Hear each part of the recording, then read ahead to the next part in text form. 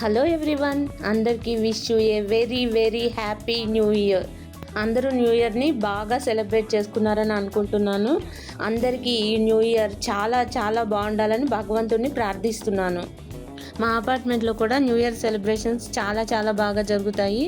వాటికి వెళ్దామని ముందు నేను మంచూరియా ప్రిపేర్ చేద్దామని స్టార్ట్ చేశాను. కొన్ని రోజుల క్రితం వరకు నాకైతే ఫాస్ట్ ఫుడ్లో ఏ ఐటెం కూడా తయారు చేయటం రాదనే చెప్పాలి. బేసిక్గా మేము వెజిటేరియన్స్ కాబట్టి అత్తయ్య గారు వాళ్ళు వెల్లుల్లిపాయ అవి తినేవాళ్ళు కాదు. అందుకని నాకు ఈ వెరైటీస్ ఏమీ ప్రిపేర్ చేసేదాన్ని కాదు, సో దట్ రాదు. అసలు చెప్పాలంటే పెళ్ళయ్యేసరికి నాకు వంటే రాదు. అప్పట్లో ఈ యూట్యూబ్లు అలాంటివి ఏం లేవండి. ఒక అన్నపూర్ణ వంటల పుస్తకం ఒకటి కొనుక్కున్నాను. అప్పట్లో సెల్ ఫోన్ ఫెసిలిటీస్ కూడా అంత ఎక్కువ ఉండేవి కాదు. వస్తామని ఎవరిని ఫోన్ చేసి అడగటానికి కూడా ఉండేది కాదు. ఆ బుక్లో ఏం రాసి ఉంటే అది తయారు చేసేదాన్ని. కొద్ది రోజులకి నేను ట్రెడిషనల్ వంటల్లో అన్నీ బాగా చేయటం వచ్చేసింది. మా బ్రదర్ పెళ్ళైన తర్వాత మా మరదలు వంటి ఫాస్ట్ ఫుడ్స్, ఫ్రైడ్ రైస్లు, బిర్యానీలు, మంచూరియాలు ఇలాంటివి చాలా బాగా చేసేది. దాన్ని చేసి ఒక బాక్స్లో పెట్టి మా ఇంటికి తినిపించేదన్నమాట. మా పిల్లలు తిని చాలా బాగుంది అనేవాళ్ళు. అయితే కొన్ని రోజుల తర్వాత మా తమ్ముడు మరదలు వాళ్ళు యూఎస్ వెళ్ళిపోయారు. ఆ తర్వాత మా పిల్లలు బాగా మిస్ అవ్వటం మొదలుపెట్టారు. అత్తయ్య ఉంటే అలా చేసేది, అత్తయ్య ఉంటే ఇలా చేసేది అని. అప్పుడు నేను వాళ్ళు మిస్ అవుతున్నారని చెప్పి రకరకాలు వండటం నేర్చుకున్నాను. ఇప్పుడు ఈ వెరైటీలు కూడా కాన్ఫిడెన్స్గా చేయగలుగుతున్నాను. ఇంకా ఆ విషయం పక్కన పెడితే 2025 అందరికీ ఎలా గడిచిందండి? బోల్డ్ అని మెమరీస్ ఉంటాయి కదా. ఒక 1 ఇయర్ అంటే తక్కువ రోజులేం కాదు. కానీ నాకైతే 2025 చాలా స్పీడ్గా అయిపోయిందని అనిపించింది. ఏదో సినిమాలో డైలాగ్ చెప్పినట్టు కొంచెం ఇష్టంగా కొంచెం కష్టంగా గడిచిందని నేను చెప్తాను. ఈ ఇయర్లో మా పాప గ్రాడ్యుయేషన్ కంప్లీట్ అయ్యి జాబ్లో జాయిన్ అయింది. ఒకసారి పాపం మా బాబు హాస్పిటలైజ్ అవ్వాల్సి వచ్చింది. ఇలాంటి చిన్న చిన్న బాధాకరమైన విషయాలు ఉన్నాయి. ఆ తర్వాత నేను కొత్తగా యూట్యూబ్ స్టార్ట్ చేశాను. అది కూడా నా లైఫ్లో ఒక టర్నింగ్ పాయింట్ అని చెప్పాలి. అలాగే ఇయర్ ఫస్ట్లోనే అంటే జనవరిలోనే ఊటీ వెళ్ళాము. ఆ తర్వాత 2 times తిరుపతి వెళ్ళాము. ఒకసారి ఆంధ్ర ట్రిప్ కోసం వెళ్ళాము. ఇలా చాలా చాలా మెమరీస్ తోటి బాగానే జరిగిందని చెప్పాలి. 2026 అందరికీ చాలా బాగుండాలని నేను కోరుకుంటున్నాను. న్యూ ఇయర్ అంటే అందరూ ఏదో కొంత కొత్త రిజల్యూషన్స్ తీసుకుంటూనే ఉంటారు. అయితే వాటిల్లో మెయిన్గా హెల్త్ పెట్టుకోండి. అదేంటి ఫాస్ట్ ఫుడ్ తయారు చేయటం చూపిస్తూ హెల్త్ గురించి మాట్లాడుతుంది అనుకుంటున్నారా? ఎప్పుడన్నా ఒకసారి అది ఇంట్లో ప్రిపేర్ చేసుకున్న ఫాస్ట్ ఫుడ్ తినటంలో తప్పేం లేదండి. కానీ రోజు తినటం మాత్రం తప్పే. అందుకని సాధ్యమైనంత వరకు బయట తినకుండా ఉండటానికి చూసుకుందాం. ఆ తర్వాత ఇలా ముగ్గేయటంతో ఒక గంటన్నర టైం గడిచిపోయింది. ఇంకొంచెం చిన్న ముగ్గు వేయాల్సిందేమోనని తర్వాత అనిపించింది. ఎందుకంటే నడవటానికి ప్లేస్ లేకుండా అయిపోయిందని అనిపించింది. అదే అండి అపార్ట్మెంట్స్లో వచ్చిన బాధ. ముగ్గులు వేయటం ఇంట్రెస్ట్ ఉన్న వాళ్ళు అపార్ట్మెంట్స్లో ఉంటే చాలా కష్టంగా అనిపిస్తుంది. మెయిన్లీ న్యూ ఇయర్, సంక్రాంతి అప్పుడైతే ముగ్గులు వేయకుండా ఉండలేము. అలా అని వేస్తే ఇలాగే పెద్దవైపోయి చిన్న చిన్న వాకిళ్ళలో పెద్ద పెద్ద ముగ్గుల్లా అనిపిస్తూ ఉంటాయి. మొత్తానికి ముగ్గు వేయటం అయిపోయింది. ఎలా ఉందో కామెంట్ చేయండి. ఇంకా మా సొసైటీ సెలబ్రేషన్స్కి వస్తే మా సొసైటీలో ఉండటం నేను లక్కీగా భావిస్తాను. ఇక్కడ అందరూ చాలా మంచి పీపుల్ ఉన్నారు. అన్ని విషయాల్లోనూ చాలా కోఆపరేటివ్గా ఉంటారు ఇక్కడ.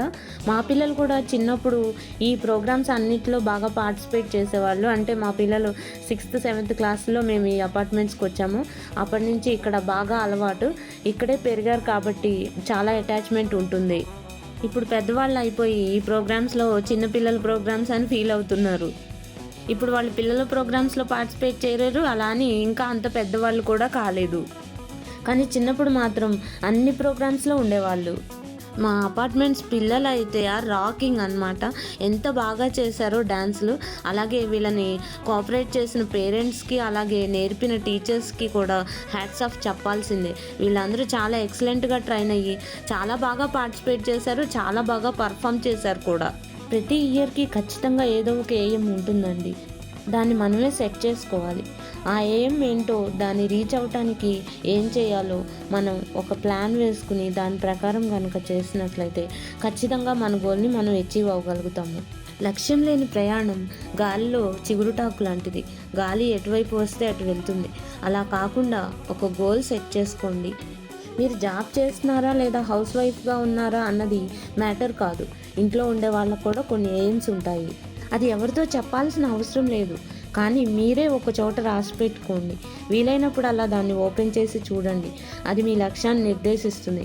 మీరేం చేయాలో అది దాన్ని ప్రోత్సహిస్తుంది. అది మీ హెల్త్ అయినా కావచ్చు, మీ ఫైనాన్షియల్ స్టెబిలిటీ అయినా కావచ్చు, మీ ఎడ్యుకేషన్ అయినా కావచ్చు, ఏదైనా మీ లక్ష్యం కావచ్చు. కానీ దాన్ని రోజు గుర్తు చేసుకోండి. దానికోసం మీరు శ్రమపడండి. అంటే దాని గురించి వర్కౌట్ చేయమని చెప్తున్నాను. ఈ జనరేషన్ వాళ్ళు దీన్నే విజన్ బోర్డ్ అంటున్నారు.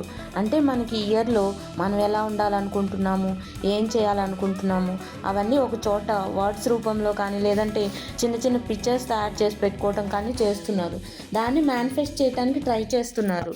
నేనైతే ఈ ఇయర్లో నా వెయిట్ లాస్ మీద వర్కౌట్ చేద్దాం అనుకుంటున్నాను. అంటే ఇది నా హెల్త్ కోసం చేద్దాం అనుకుంటున్నాను.